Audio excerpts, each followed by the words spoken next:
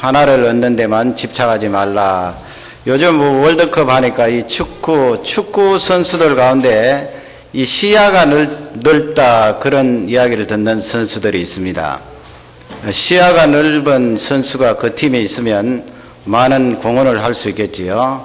앞쪽에 있는 공격하는 선수에게 공을 차주는데 선수가 있는 그 자리에 차주는 것이 아니고 공격하는 선수가 잘 받을 수 있는데 그 받는 지점에서 공을 받으면 결정적인 찬스를 얻는 그 지점에 공을 잘 차주면 멀리 있는 선수가 어떻게 그렇게 잘 보고 공을 찰 수 있으나 시야가 넓다 그런 이야기를 하는데요. 우리 인생을 살아가는데도 시야가 넓어야 됩니다. 어쩌면 신앙생활 한다는 것은 넓은 시야를 가지는 거예요. 하나님 모시고 믿음을 가지고 있는 우리이기 때문에 넓은 시야를 가지고 인생을 살아가게 되는데 그렇게 하면 많은 찬스를 얻을 수가 있겠죠. 오늘 말씀은 그런 맥락에서 하나님께서 주시는 말씀으로 은혜를 받을까 합니다. 첫 번째 이제 우리의 이 시야에 대해서 생각할 때 나의 이 사정과 형편이 더 좋아지면 하는 그런 생각이 있습니다. 더 나아지면, 더 좋아지면. 2절 말씀에 보면은요, 그런 내용이 나옵니다. 이 아브라함에게 육축과 은금이 풍부하였더라. 그 창세기 12장 지난번에 살펴본 대로 12장 내용을 보면은 참 절망적 아니에요. 그 아브라함과 가족들이 가나안 땅에 도착해 보니까 그때 마침 비가 오지 않았습니다. 비가 안 오니 어떻게 해요? 농사를 지을 수도 없고 지어봤자 곡식을 거둘 수가 없습니다. 곡식이 없으니까 먹을 것이 없지요. 먹을 것이 없으면 어떻게 살 수가 있나요? 뭐 양들, 소들, 염소들 많은데 그 가축들은 어떻게 먹여 살립니까? 그러니 가나안 땅에 살지 못하고 이집트 땅으로 내려가서 거기 가게 되는데요. 불과 얼마 지나지 않아서 아브라함 이 집안에 은금 또 가축들이 풍부하였더라. 성경은 그렇게 기록을 하고 있습니다. 여러분 우리가 그렇게 생각하지 않습니까? 문제가 있고 가난하고 힘들고 어려울 때 내가 이 문제만 해결되면 틀림없이 이 문제가 해결되면 하나님 앞에 헌신하겠습니다. 내가 이 찌든 가난만 해결되면 나에게는 모든 문제가 없어지리라. 그때는 마음껏 소리치면서 일을 하겠습니다. 내 이 어려운 상황만 해결되면 해결된 그 뒤에는 아무 문제도 없으리라. 그렇게 추측하면서 막연하게 내 상황이 좋아지면 그렇게 기대를 하는데요. 그러나 사실 풍부해지면 문제가 사라집니까? 한 가지 문제는 해결되지만은 또 다른 풍부해지는 그 상황에서 또 다른 문제가 발생하는 거예요. 그러면 우리는 늘 지금 현재 내 상황에서 만족하고 그 자리에 주저앉아 있으란 말인가? 그것은 아니겠죠. 하나님의 백성이 미래를 내다보며 기대하고 사모하고 축복을 기다려야 되지요. 축복을 기도해야 되지요. 오늘 말씀은 축복은 기대하고 기다리고 하나님 앞에 사모하지만은 하나님께서 나에게 축복을 복을 나누어 주셔서 풍부해질 때 그때 문제가 없으리라 생각하는 것은 속는다는 거예요. 문제가 없는 것이 아니고 풍부해져도 여전히 문제는 발생하는 거예요. 그러니 하나님께서 나에게 복을 주시고 채워주실 때 나는 이렇게 대처하리라 하는 준비가 필요한 거예요. 문제가 없다고 생각하면 크게 쏘가 넘어가서 나중에 하나님이 부어주실 때 감당을 하지 못하는 것입니다. 6절 말씀해 보면은 그 문제가 발생했지요. 아브라함 가문에 이 육축과 은금이 많아졌지만은 문제가 일어났습니다. 6절 하반절에 보면은 소유가 많아서 같이 동거할 수 없다고 그랬습니다. 거기 같이는 아브라함과 조카 롯 두 가문이 함께 살 수 없다는 말씀이에요. 먹을 것이 없어서 가뭄이 들어서 에집트 땅에 같이 내려가고 동거동락 할 때는 똘똘 뭉치고 힘써서 애써서 살기를 힘을 못 얻었지만은 풍부해지고 나니까 또 다른 문제가 발생했습니다. 땅이 너무 좁은 거예요. 그래서 7절 말씀에 가면은 구체적으로 아브라함의 목자, 아브라함의 가축의 목자와 롯의 가축의 목자가 서로 다투었다고 되어 있습니다. 그러니 어떻게 살겠어요? 제한된 땅에다가 먹을 수 있는 꼴은 제한되어 있는데 그 가축들은 점점 많아지니까 서로 다툴 것 아닙니까? 문제가 발생했습니다. 그러니 우리는 근본적으로 내 사정이 좋아지면 내가 이렇게 하리라 하는 그 생각을, 그 편견을 지워버려야 되는 것입니다. 신앙생활은 지금 현재가 대단히 중요합니다. 지금 현재 못하면 나중에 풍부해졌어도 하기가 어려워요. 복권에 당첨된 사람 그런 얘기를 우리가 듣지 않습니까? 부부간에 그렇게 금실이 좋고 사이가 좋았는데 돈이 들어오니까 말이죠. 복권에 당첨되니까 그때부터 앙숙이 되는 거예요. 이건 내 돈이다. 이 정도는 내 모가치다. 내어놓아라. 밀고 당기고 하다가 헤어지는 경우가 있다는 것입니다. 가난할 때는 몰랐는데 풍부해지니까 더 큰 문제가 발생하고 거기에 어려움이 찾아온다는 것을 우리에게 잘 알려주고 있습니다. 사도 바울은 빌립보 4장 12절 말씀에서 그런 말씀을 하세요. 내가 비천에 처할 줄도 알고 풍부에 처할 줄도 알아서 배부른 것과 또 배고픔과 풍부와 궁핍의 일체의 비결을 배워둬라 그랬어요. 그 앞에 수식어를 보면은 모든 일에 그랬습니다. 모든 일에. 사도 바울의 그 말씀은 대단히 중요한 거예요. 모든 일입니다. 내가 배고플 때 하나님 아버지 나는 너무 배가 고파서 그 일을 못하겠습니다. 배고픔만 해결해 주시면 하나님 아버지 하나님께 헌신할게요. 그건 모든 일이 아닌 것입니다. 하나님 아버지 내가 지금 너무나 궁핍합니다. 비천합니다. 내 명예가 땅에 떨어졌습니다.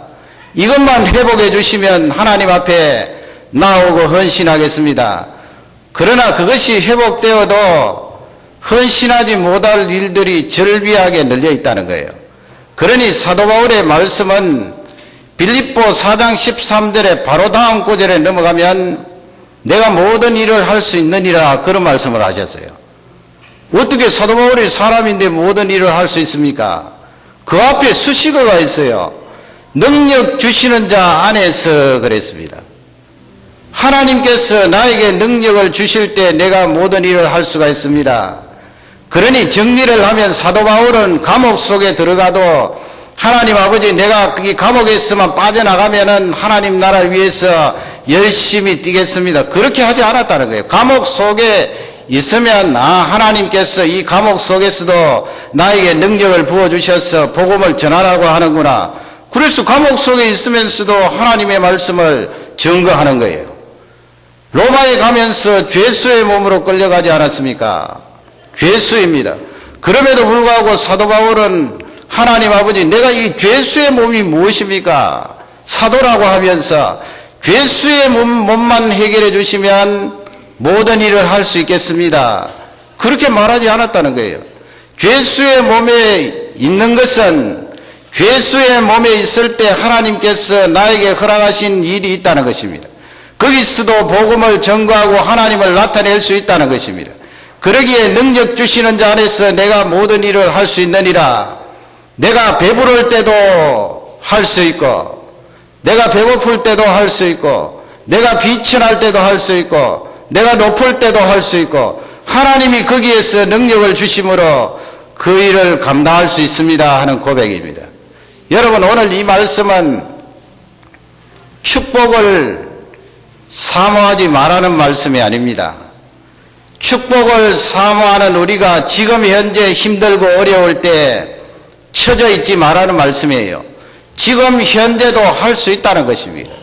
하나님이 능력 주심으로 지금 현재 문제가 있지만은 이 문제 속에서도 하나님이 주시는 능력으로 감당할 수 있다는 귀한 말씀이 되겠습니다.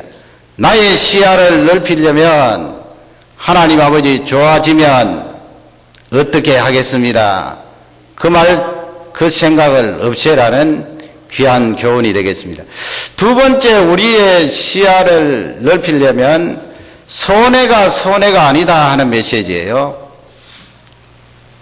뭐 그런 논리가 있습니까? 손해는 손해지요. 다른 말로 바꾸면 한 가지를 잃어버린다고 해서 내가 모든 것을 잃어버리지 않는다, 그 말씀이에요. 지금 당장은 손해보지만은 결국 모든 것을 따져보면은 얻는 것이 더 많다는 그런 말씀이 되겠습니다. 9절 말씀해 보면은 그 아브라함이 조카에게 그런 제안을 하지 않습니까? 아브라함이 조카에게 땅이 많다고 이야기합니다. 이 온 땅을 보라. 땅이 많지 않느냐?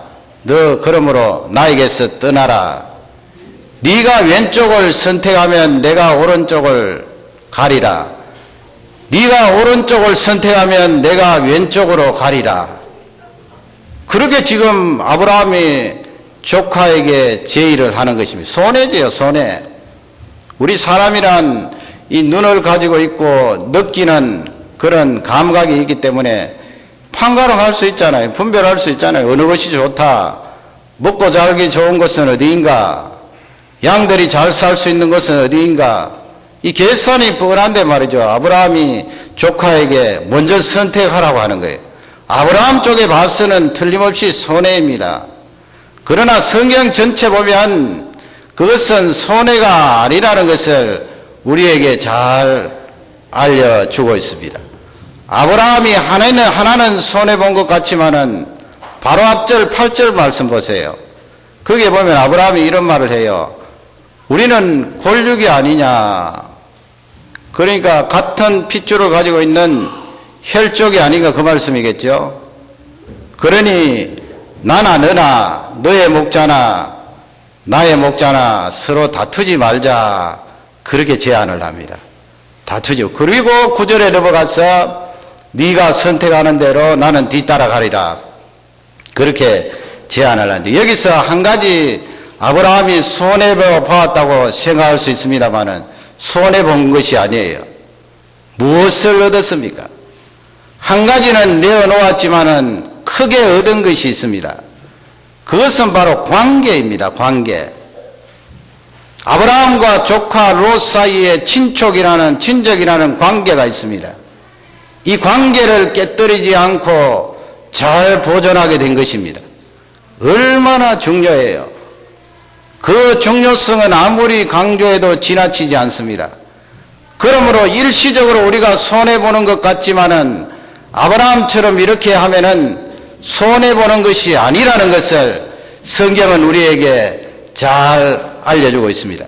우리 사람은 그렇습니다. 누구나 할 것 없이 이권에 개입되면은 다 자기 이득을 주장합니다.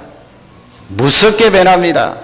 그것은 개인이나 집단이나 민족이나 어떤 공동체나 마찬가지예요. 이권이 개입되면 무서워진다고요. 그러나 우리 교회는 그래도 훨씬 낫습니다, 여러분. 예수 그리스도의 피로 값주고 사신 이 교회는 훨씬 나아요. 이권이 잘 개입되지 않고 희생을 하려고 하고 내어주려고 합니다.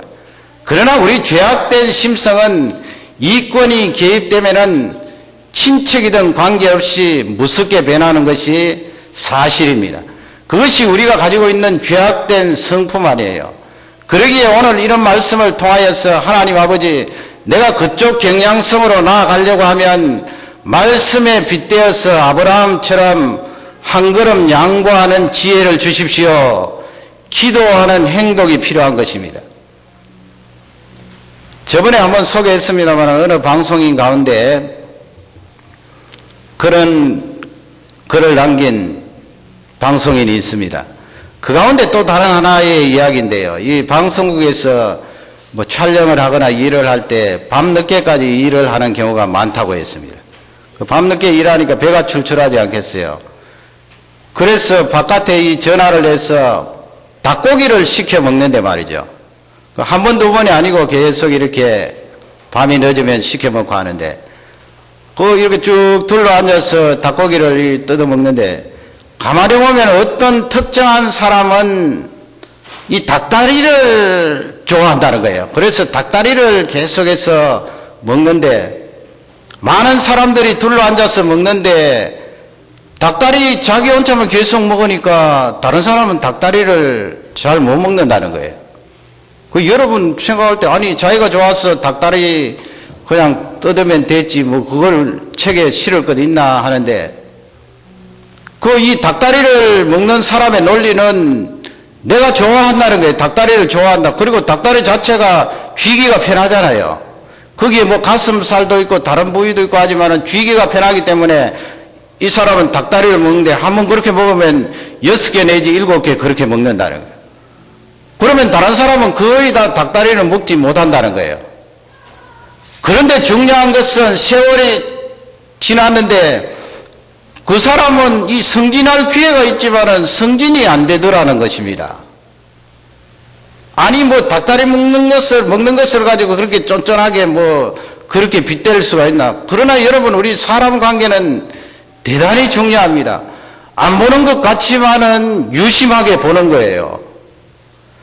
자기가 좋다고 해서 자기 좋은 것을 계속해 먹고 자기가 편하게 먹을 수 있다고 해서 계속해서 닭다리를 먹어버리면 다른 사람이 못 먹는다. 나중에 결정적인 기회가 있으면 그 사람에게 기회가 가지 않는다는 것입니다. 우리 사람의 눈은요 아주 세심합니다. 안 보는 것 같지만은 다 보고 있어요. 다 관찰하고 있어요. 그 사람에 대해 평가하라 그러면은 나 자신은 잘 몰라도 많은 부분 꼬집어내는 것을 볼 수가 있습니다. 참 중요한 이야기예요. 그래서 여러분, 우리 자녀들 교육할 때 편식하는 거 대단히 중요하게 생각해야 돼요. 편식을 하게 되면은 한 가지 음식을 좋아하기 때문에 여럿이 같이 먹을 때 한 가지 음식 자기 좋아하는 거 계속 먹기 때문에 그 사회생활 할 때는 벌써 그것이 노출된다는 것입니다. 노출된다는 것은 자기가 손해보지 않겠다는 그것을 표면적으로 드러낸다는 거예요. 자기가 손해보지 않겠다고 하면은 그 당시에는 그냥 이득을 챙기겠지만은 세월이 1년, 2년, 3년, 4년 사회생활하면서 쌓이게 되면 그것이 누적이 되어서 그 사람에게는 결정적인 손해를 본다는 것입니다. 그러니 성경 말씀이 가르쳐주는 것은 손해가 아니라는 것을 우리에게 잘 알려주고 있습니다. 저는 이 식사할 때 그러므로 다른 사람에게 배려하는 것이 대단히 중요하다고 봅니다. 저는 뭐 어릴 적부터 이 할머니하고 같이 살아왔기 때문에 저번에도 한번 말씀드렸습니다만 할머니에게 굉장히 그 배려를 많이 해드려요. 무엇이든지 먼저예요. 뭘 과일을 사와도 그렇고 빵을 사와도 그렇고 식사하실 때 음식을 차려도 그렇고 뭐 옛날에 뭐 고기 뭐 고등어 같은 거 이렇게 올라오니까 이 잘 구워서 노랗게 말이죠. 잘 구워서 어머니가 쟁반에 담아서 올리면 절대로 우리 손자 손녀들은 못 먹게 해요. 그러니 할머니 앞에 먼저 딱 드리고 할머니가 젓가락을 가지고 하나 뜯으시고 그 다음에 할머니가 다 드시지 않고 그걸 나누어서 손자 손녀들에게 주는데 그것이 좋은 영향을 저희들에게 미쳤다고 봅니다. 그 음식을 나눌 때 남을 배려하는 것 아니에요. 아이 심정에 뭐 노랗게 올라온 고등어 냄새도 좋고 그냥 막 껍질 벗겨서 먼저 먹고 싶지만은 안 돼! 할머니 먼저 드려야 돼. 그래서 할머니 먼저 드린다는 그 배려가 어린 마음속에 들어있다고요. 그러니 여러분 음식 하나 드는데도 이렇게 배려를 하면 그것이 뭐 한두 번은 모르겠지만은 자꾸 쌓이면 그 사람에게는 좋은 그런 인상과 사회생활을 하게 되는 것입니다. 우리 교회도 말이죠. 숫자가 작기 때문에 그래도 지금 숫자로는 밥을 먹을 수 있잖아요. 주일날. 식사를 하실 때 여러분, 우리 처음 나오신 분들, 제가 보기엔 처음 나오신 분들 하면 한 6개월까지는 처음 나오신 분으로 그렇게 생각하면 될 것 같아요. 처음 나오신 분들이 좌석에 앉아 있을 때 6개월까지는 사실 서먹서먹하거든요. 서먹서먹하고 그냥 앉아 있기가 불편하고 그런데 그 식사 시간을 통하여 우리가 잘 배려하면은 그 인정받는 거잖아요. 아니 내 앞에 왔다고 그냥 내 앞에 쓱 당겨서 옆에 있는 사람, 뭐 처음 온 사람도 온데간데 없이 그냥 뭐 퍼먹어버리면은 그 무슨 옆에 있는 사람 배려가 되겠어요? 우선 내가 배가 고파서 많이 먹고 빨리 먹는 것은 좋지만은 결국은 내한테는 손해라는 것입니다. 그렇게 옆에 사람을 배려해 주면은 옆에 사람이 인정받는 그 기분에 아주 교회를 사랑하게 되고 하나님이 교회를 떠나지 않는 줄 확신합니다. 오늘 이 말씀은 손해가 아니라는 것을 우리에게 철저히 알려주고 있습니다. 마지막 세 번째는 무엇입니까? 아무리 생각해도 손해가 아닐 수가 없습니다. 좋은 땅 그냥 내줘버리고 자기는 지금 아브라함은 산지로 갔거든요. 헤브론 땅 산지로 갔는데 목사님 산지에 가서 양들을 어떻게 먹이고 어떻게 농사를 짓습니까? 나는 아무리 봐도 아브라함이 손해인 것 같습니다. 관계를 얻었다고 하지만은 손해가 너무나 큽니다. 나는 그래 못하겠습니다. 그렇게 생각하시면 세 번째 하나님이 말씀을 주세요. 더 큰 손을 바라보라는 것입니다. 더 큰 손을 바라보라. 이 세상에는 눈에 보이는 것만 있는 것이 아닙니다. 눈에 보이는 것만 있다면 우리가 뭐 하나님 믿을 필요가 있어요. 하나님 존재도 눈에 볼 수가 없는데요. 눈에 볼 수 없지만은 실존하고 계시잖아요. 그러니 우리가 손해는 손해다 말할 때는 눈에 보이는 것만 생각하잖아요. 내 계산만 생각하는 거예요. 그러나 성경 말씀은 네 계산 뒤에 너가 볼 수 없는 그 이면에 하나님의 크신 손이 있다는 것을 우리에게 알려주고 있습니다. 10절 말씀에 보면은 롯이 이제 그 삼촌의 말을 듣고 들판을 바라보잖아요. 들판을 바라보면 뭐 사람의 이 성품이 똑같지 않아요. 뭘 찾습니까? 먹고 살아야 되니까 들판을 봐야 되고 또 양을 치고 곡식을 길러야 되니까 물을 보게 됩니다. 그래서 10절 말씀에 보면 요단 들판을 바라봤더니 그 소알까지 물이 넉넉했다고 그랬어요. 그런데 성경 말씀은 여호와께서 소돔 고모라를 멸하시기 전인 고로 그랬어요. 그리고 그 땅은 여호와의 동산 같고 이집트 땅과 같았더라 그래요. 그러니까 너무나 기름지고 먹고 살기가 좋은 도시였더라 그런 말이에요. 들판도 형성되어 있고 거기에 사람들도 많이 모여 사는 문명도 있고 그러니 뭐 물어볼 필요 있습니까? 그냥 이 롯이 그쪽을 선택한 거예요. 그러나 성경 말씀은 그 10절 말씀에서 여호와께서 소돔 고모라를 멸하시기 전이라고 말씀하고 있습니다. 그 말씀은 무슨 말씀이에요? 우리 사람이 계산을 하고 사람이 눈으로 본 것을 가지고 선택하는 것은 잘못될 수가 있다는 말씀이에요. 잘못될 수 있다는 말씀이에요. 설사 그 판단이 옳아서 선택하였지만은 그것은 조그만할 수가 있다는 것입니다. 미국의 억만장자 가운데 한 사람인 어느 사람의 그 어린 시절의 이야기를 여러분 잘 알지 않아요? 어머니하고 손을 붙들고 이 시장을 갔는데 말이죠. 과일 가게를 이렇게 지나가는데 아니 이 어린이가 너무나 먹고 싶은 거예요. 그래서 과일 가게 앞에서 우두커니 서 있으니까 뭐 옛날이고 하니까 인심이 좋았던가 봅니다.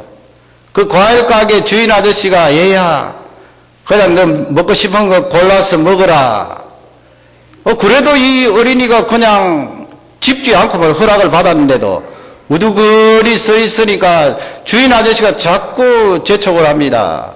얘야 빨리 손을 내어서 집어서 먹어라. 아무거나 먹어라. 그래도 우두커니 서 있으니까 이 주인 아저씨가 답답해서 그냥 과일을 덥석 손으로 집어서 아이에게 안겨주는 거예요.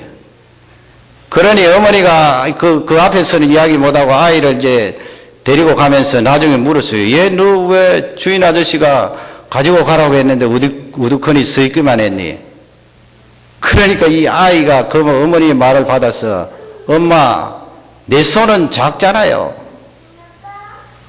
아저씨 손이 크다는 거예요. 내 손을 뭐 쥐어봤자 서너 개 쥐겠지만 아저씨가 그냥 두 손으로 듬뿍 집어서 나에게 주면은 나는 하나님이 된다는 거예요. 그 큰 손 아니에요, 큰 손. 자기 손은 제한되어 있고 자기 손은 작기 때문에 자기 손으로 짚지 않고 더 큰 손을 기다리고 사모한다는 것입니다. 아마 어릴 적부터 그런 부에 대한 그런 은사가 있었나 봅니다. 이 롯이라는 조카가 쾌재를 불렀겠죠. 아니 삼촌 어떻게 해서 이렇게 좋은 땅을 놔두고 나에게 이렇게 양보합니까? 뭐 양보하면은 내 계산으로 봐서는 틀림없이 저곳에 가면 성공합니다. 재산이 불어날 것입니다. 그리고 덥석 그 땅을 선택한 거예요. 우리 사람의 계산은 정확하지 않습니다. 그가 간 그곳이 불과 유황으로 심판받을 소돔 고모라가 있다는 것을 그는 몰랐습니다. 나중에 심판받잖아요. 롯이 그 소돔 고모라 성에 들어가서 살게 되었거든요. 불심판을 받잖아요. 나중에는 이 롯이 베드로서에 보면은 죄악에 오염되어서 상하였다고 그랬어요. 자기는 좋다고 자기 눈으로 선택하고 자기 계산으로 따져서 들어갔는데 나중에 결과적으로 보면 손해 중에 손해고요. 아내 잃었지요. 나중에 자식들에게 그 무슨 회개망치가 짓이에요. 후손이 딸과 아버지 사이에서 태어나는 그런 인류 역사에 있어서 가장 추악한 현실을 체험하게 되는 것입니다.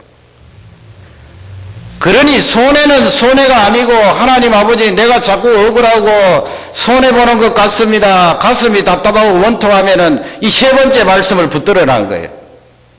하나님의 큰 손이 있지 않습니까? 하나님의 손은 크십니다. 하나님이 그냥 한 번에 안겨주시면 뭐 이 포크레인이 문제겠습니까? 우주를 만드신 그분이 뭐 지구도 번쩍 들어서 나에게 안겨주실 수 있는 그분이 하나님의 손은 크십니다. 하나님의 손을 기다리고 바라보라는 것입니다. 아브라함에게 하나님께서 어떻게 하십니까? 산지로 간 그에게 14절 15절 보세요. 롯이 아브라함을 떠난 후에 하나님께서 아브라함을 불러서 너 눈을 들어서 너가 서 있는 그곳에서 눈을 들어서 동쪽 서쪽 남쪽 북쪽을 바라보라. 바라보라고 했어요. 하나님 왜 바라보라고 하십니까? 너가 보는 그것을 다 너와 너 후손에게 주리니 그 다음에 뭐예요? 영원이라는 말씀이 있습니다. 영원. 일시간 주는 것이 아니에요. 영원히 주겠다. 아니 하나님께서 영원이라고 말씀하면 그 영원은 얼마나 확실한 거예요. 확실성을 말하는 거지요. 하나 양보하고 이렇게 많은 것을 얻었어요. 어떤 사람이 그런 말을 했죠. 하나님 아버지 바늘을 들었는데 하나님은 나에게 황소를 주셨네요. 뭐 그 비유와 다를 바가 없어요. 그냥 조카에게 바늘 하나 양보했는데 하나님은 아브라함에게 황소를 던져줬어요. 이번에 어제 여러분 다 많이 안타까우시고 힘들어 하셨을지 모르겠습니다만은 우리가 16강에서 졌지 않습니까? 선수들이 많이 울더라고요. 저도 그 녹화한 것을 보았는데요.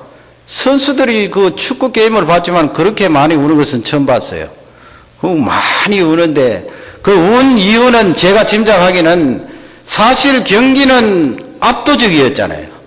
이길 수 있는 게임인데 놓쳤다는 억울함, 그런 망감이 교차가 되었겠지요.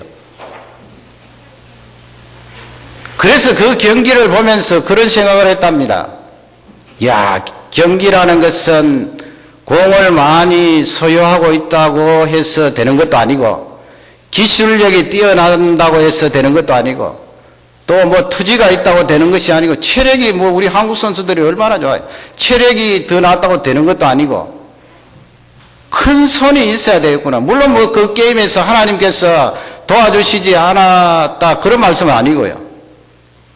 어디든지 그렇잖아요. 큰 손이 있어야 됩니다. 하나님의 큰 손이. 한번 생각해 보세요. 어제 그 전반전에 보면은 어느 선수가 다 그렇게 찼는데 골대 맞고 튕겨져 나왔잖아요. 불과 그건 몇 센치 차이거든요. 골포스트가 둥근데 둥근 쪽에만 살짝 부딪혀서 안쪽으로 들어가는데 튕겨져 나왔다고요. 그리고 후반전에 가서는 노막 찬스가 있는데 볼을 쳤는데 그 기사를 보니까 물이 좀 거기에 있었다면서요. 물이 있으니까 공을 쳤는데 그 물에 지나가면서 감속이 된 거예요. 그러니 골키퍼 이 옆구리에 스치고 안 들어간 것입니다.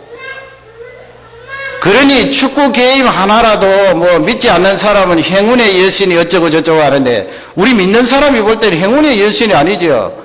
하나님의 큰 손으로 약간 기울여 주시면 되잖아요. 그러면 들어가는 거예요. 빠져나가는 것입니다. 어디 축구 경기만 그렇습니까? 우리 인생에 살아가는데 내가 손해보지 않고 그것을 끝까지 지킨다고 내 인생이 성공하나요? 아니거든요. 내 계산에는 손해를 보고 이런 것 같지만 하나님의 큰 손이 나를 덮어버리면 내 인생은 역정하는 거예요. 하나님의 손이 중요합니다. 하나님의 그 큰 손을 기대해야 됩니다. 하나님의 큰 손을 바라봐야 됩니다.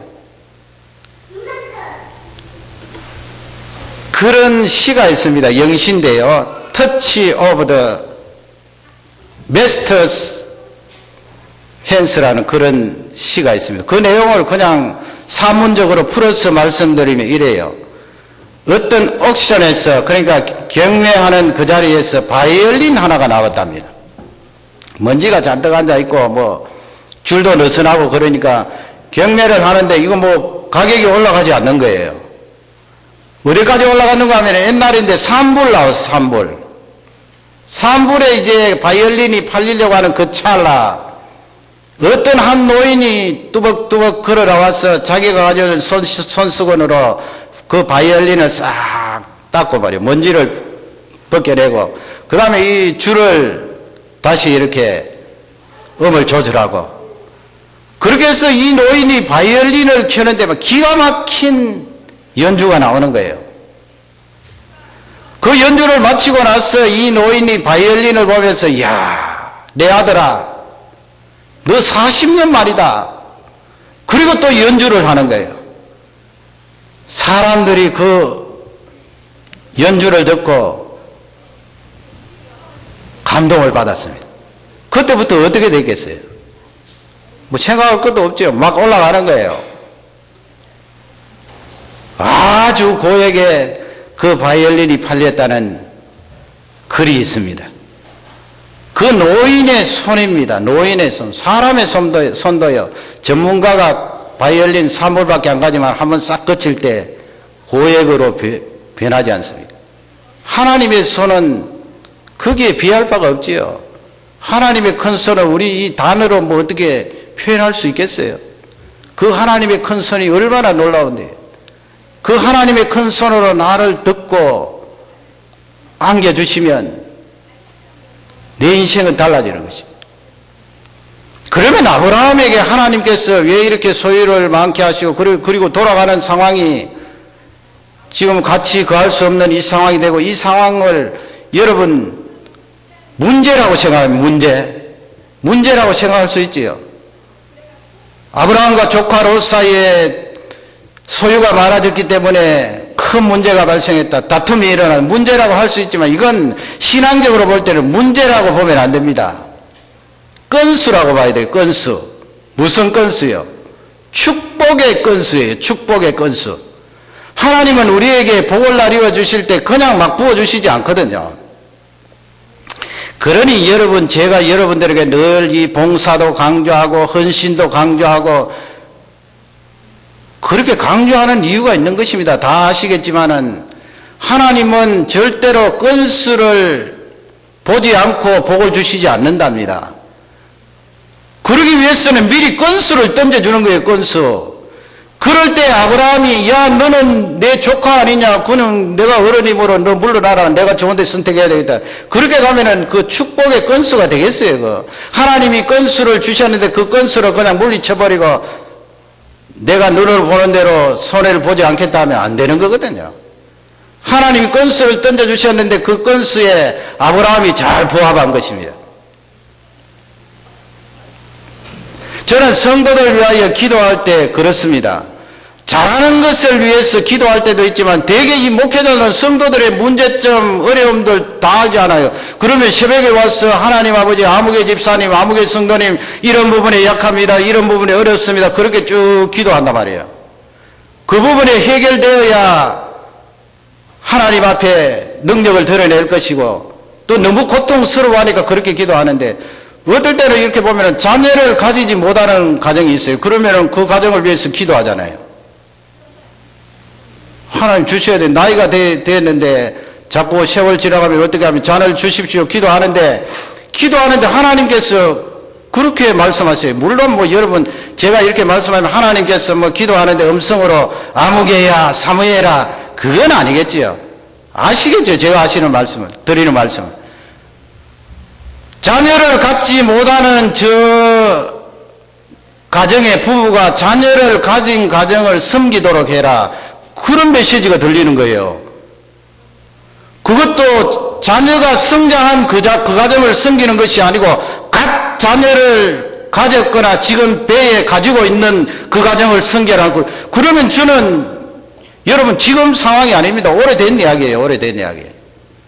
그러면 제가 하나님 아버지 아니 그렇게 지금 가뜩이나 자녀가 들어서지 않아서 힘들고 어려운데 그러면 제가 그 성도에게 섬기라고 말하면 상처가 되잖아요. 그러면 저 못하겠습니다.